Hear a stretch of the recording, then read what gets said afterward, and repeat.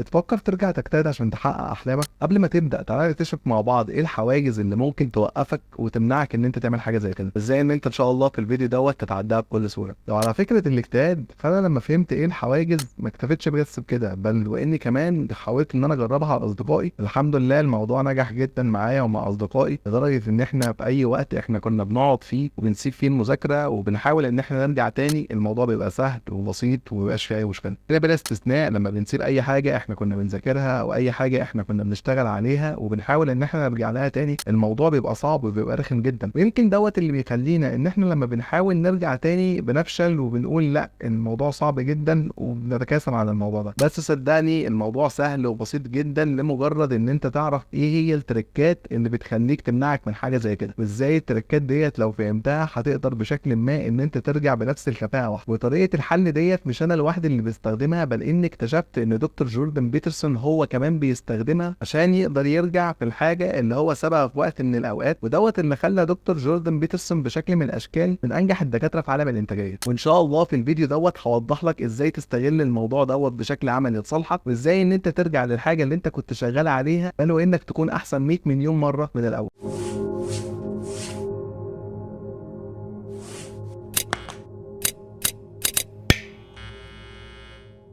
لما نفكر في الموضوع هنلاقي ان في عوامل كتيره جدا، ولكن اهم عامل فيهم هو ان انت بتسيب عاداتك القديمه. ويمكن هنا تسالني يعني ايه بسيب عاداتي القديمه، وهنا انا قصدي حاجتين. الحاجه الاولانيه هي الروتين اللي انت كنت شغال عليه، بمعنى ان انت بتصحى كل يوم بتشتغل على حاجه، ولكن الحاجه ديت مختلفه تماما عن الحاجه اللي انت عاوز تحطها جوه الروتين بتاعك، فبشكل ما انت بتختلف عن عاداتك القديمه او بتختلف عن الروتين بتاعك. فده روتين قديم بشكل ما انت عاوز تحط جواه عاده جديده او مهاره جديده او شغل على حاجه انت حابب ان انت تشتغل عليها. الحاجه التانيه، لو انت شخص في منطقه الراحه، بمعنى ان انت ما كنتش بتذاكر او ما بتعملش حاجات كتير، او انك مثلا طالب وكنت في المدرسه وبعد كده دخلت الصيف ورجعت تاني للمدرسه، برضه بشكل ما هو روتين، والروتين برضه انت محتاج ان انت تغيره. ولكن السؤال هنا، ليه لما بتحط عاده جديده جوه الروتين بتاعك الموضوع بيبقى صعب جدا؟ فمثلا لو انت شخص شغال في الماركتينج وابتديت ان انت تتعلم تصميم عشان تعمل شويه تصميمات وتبيعها، ليه لما بتبتدي تتعلم تصميم او لما بتدخل مهارة التصميم جوه الروتين بتاعك الموضوع بيبقى صعب جدا؟ واعتقد هنا احنا لازم نتكلم عن تاني اهم حاجة، وهي ان انت ما بيكونش عندك التحفيز عشان خاطر تبتدي حاجة جديدة. وهنا استنى قبل ما تقفل الفيديو مش رايح في اتجاه ان انت تكون متحفز او ان انت تجري ورا شغفك او ان انت تطارد حلمك، لا خالص. ولكن انا عندي بس سؤال بسيط، هو انت ليه مش متحفز ان انت تعمل الحاجة اللي وراك؟ او ليه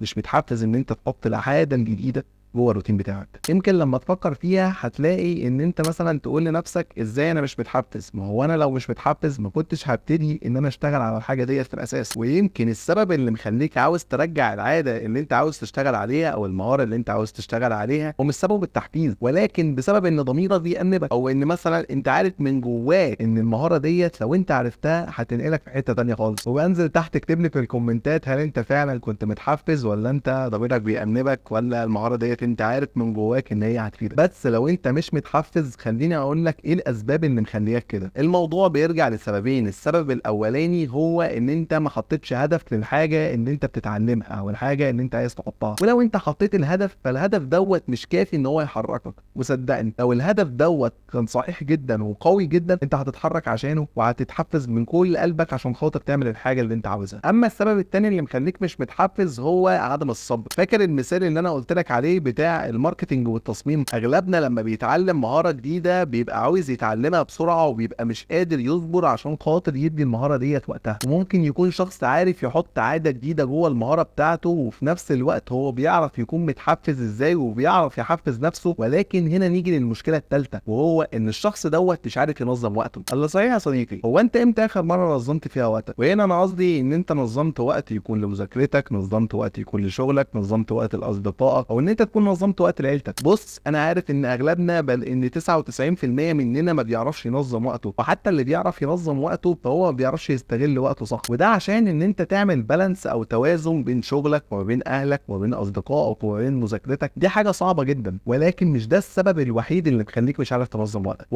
في سبب تاني بيخلينا مش عارفين ننظم وقتنا، وهو التخطيط للمستقبل. اغلب اهالينا بيقول لك لا وبكره دوت بتاع ربنا، وانا مش مختلف مع دوت خالص، بل بالعكس انا متفق معاه تماما. ولكن هل احنا بناخد بالاسباب؟ هل احنا بناخد بالاسباب فعلا عشان نتوكل على الله؟ وهنا خليني اقول لك حديث عن سيدنا النبي، وهو اذا قامت القيامه على احدكم وفي يده فسيله فليغرسها. ومعنى الحديث ان لو في حد عارف ان هو هيموت وفي ايده حبايه زرع، فالمفروض ان هو يزرعها، لان سؤالك هل انا هستفاد ايه لما ازرعها مش هيفيد. فلازم تاخد بالاسباب وانك تتوكل على الله. ولكن اغلب اهالينا ومجتمعاتنا ما بتتبناش الثقافه ديت، وبيبقى عندهم مشكله مع الموضوع دوت بالذات. واوعى تتكلم مع حد من اهلك في النقطه ديت، لان دوت هينقلنا لرابع مشكله معانا، وهي ان انت عندك مشكله منغصه عليك حياتك. لما تفكر في الموضوع دوت تستغرب جدا، ويخليك دايما تتساءل هو احنا امتى كنا بنحل مشاكلنا؟ وهنا انا قصدي كام مره كنت ناوي تروح تشتغل على الحاجه اللي انت عاوز تشتغل عليها، ولكن قبل ما تروح تعمل كده حصلت خناقه بينك وبين حد من اصدقائك او بينك وبين اهلك. ده بيدخلك في مود ان انت فعلا بتقعد وبتشتغل على الحاجه، ولكن جوه نفسك وجوه مخك كل تفكيرك في ان الحاجه اللي حصلت او في المشكله اللي حصلت بينك وبين صاحبك او بينك وبين اهلك. ودوت بشكل ما بيهدر الوقت اللي انت كنت بتشتغله، او الوقت اللي انت كنت بتستثمره في المهاره او الحاجه اللي انت كنت بتشتغل عليها. فحاول ان انت بشكل ما قبل ما تبتدي تذاكر او قبل ما تبتدي تعمل حاجه ان انت تمنع المشاكل، او ان انت لو عندك مشكله تروح تحلها، لان دوت هيساعدك بشكل كبير ان انت ترجع تاني وتنجز الحاجه وميبقاش عندك مشكله معاها خالص. وخليني احكي لك قصه حصلت معايا شخصيا في حوار ان انا ارجع للمذاكره من تاني. افتكر ان انا كنت في 6 ابتدائي وكنت في الاجازه عشان داخل على المرحله الاعداديه. ولما ابتدت المرحله بتاعت الاعداديه انا كنت متضايق من نفسي جدا، وكنت حاسس ان انا مش حابب ان انا ابتدي، ومش حابب ان انا اذاكر، ومش حابب ان انا اعمل اي حاجه خالص. لغايه ما في يوم من الايام والدي رحمه الله عليه جالي وقال لي مالك في ايه، وحس ان انا زعلان ومتضايق جدا. وقلت له على المشكله اللي عندي، واتفق معايا ان هو هيساعدني، وطلب مني ان انا هذاكر ساعه واحده بس على مدار السنه. واتفقت معاه ان انا هعمل كده، وقلت خلاص ماشي. ولكن انا كنت متضايق من نفسي جدا، خصوصا ان انا كنت خايف ان انا في اخر السنه اجيب مجموع قليل. ولكن انا قررت ان انا التزم بالاتفاق، وقلت لنفسي لو انا جبت مجموع عالي فدي خلاص ماشي، دي حاجه كويسه. ولكن لو انا جبت مجموع قليل فدوت هيكون نتيجه اتفاقي مع والدي. وفضلت اذاكر ساعه واحده في اليوم على مدار السنه، وعلى الرغم ان هي حاجه قليله جدا، لان التزامي بساعه واحده على مدار السنه ده كان شيء صعب قوي. يعني كان شيء مخليني حاسس بتقل، حاسس ان انا مش قادر ان انا اعمل حاجه زي كده، ومش قادر التزم بالمده الطويله دي. ولكن التزمت وفضلت على هذا الحال لغايه لما وصلت لاخر السنه، ووالدي اتفق معايا اتفاق جديد، وهو ان احنا هنرفع بدل ساعه لساعتين في اليوم. وده زود توتري جدا بشكل غريب، لان وقت الامتحانات ان انا اذاكر ساعتين في اليوم دي حاجه قليله جدا. كان كل يوم انا بطلع فيه من امتحان انا كنت بتضايق من نفسي وكنت ببقى زعلان، على الرغم ان انا كنت حاسس ان الماده سهله، او الامتحان اللي انا بمتحنه حاجه سهله جدا ومفيش مشكله معاها. ولكن احساسي ان انا مقصر، او احساسي ان انا ما قعدتش وقت طويل بذاكر الماده، ده كان بيضايقني. لغايه ما بيجي يوم النتيجه، ويوم النتيجه كان يعني اكتشفت ان ديت اكبر سنه انا جبت فيها مجموع عالي، وكنت مبسوط جدا لدرجه ان انا روحت لوالدي وعبرت له عن فرحتي، لان انا كنت بجد مبسوط من قلبي، خصوصا ان انا ما ذاكرتش كتير. ولكن الاهم من كده ان انا عرفت الحاجه اللي هتخليني ارجع تاني واجتهد، وارجع تاني واذاكر واجتهد في الحاجه اللي انا كنت عاوز اعملها. وهنا يمكن تقول لي القصه ديت حلوه وجميله، ولكن ايه اللي انت استفدته، او ايه اللي احنا استفدناه من قصه زي دي؟ في الحقيقه في 4 عوامل يخلوك ترجع تجتهد على الحاجه اللي انت كنت عاوز تعملها. اول عامل منهم وهو ان انت تحط اهداف واضحه. خليني اقول لك ان في احصائيه بتقول ان في 80% مننا بيعرفوا يحطوا اهداف للحاجه اللي هم عاوزينها، ولكن في 5% بس هم اللي بيعرفوا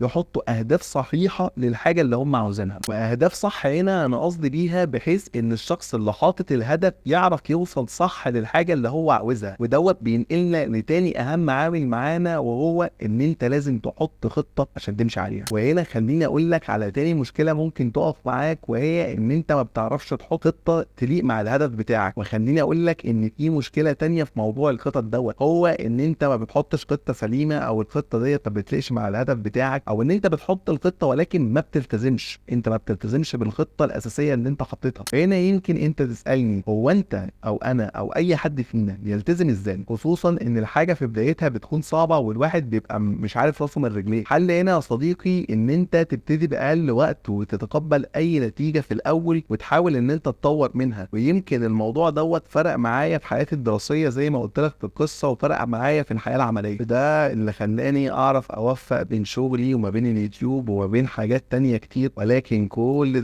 لازم يرتبط باهم نقطه معانا، وهي ان انت لازم تاخد دعم من اللي حواليك. اطلب دعم من اهلك، سواء دعوه من امك او فكره من ابوك او حتى ان اخوك يساعدك في الحاجه اللي انت عاوز تشتغل عليها. حاول باي شكل ان انت تشوف الدعم فين وتروح له. النقطه دي او التركايه ديت هتفرق معاك جدا، وبجد هتخليك تنجز الحاجه من قلبك، واحد يديك دافع ان انت تنجز اللي وراك. لو مش عشان خاطر نفسك، ونفسك هي اهم حاجه، هتنجز الحاجه ديت عشان خاطر اللي حواليك. وفي الاخر حابب اقول لك ان العوامل ديت فرقت معايا جدا وفرقت مع اصدقائي، وما لقيتش اجمل من مناسبه ان انا اشيرها معاكم. وفي الاخر حابب اقول لك ما تنساش تعمل لايك وشير وسبسكرايب، وانزل كده ادينا رايك في الكومنتات وبس.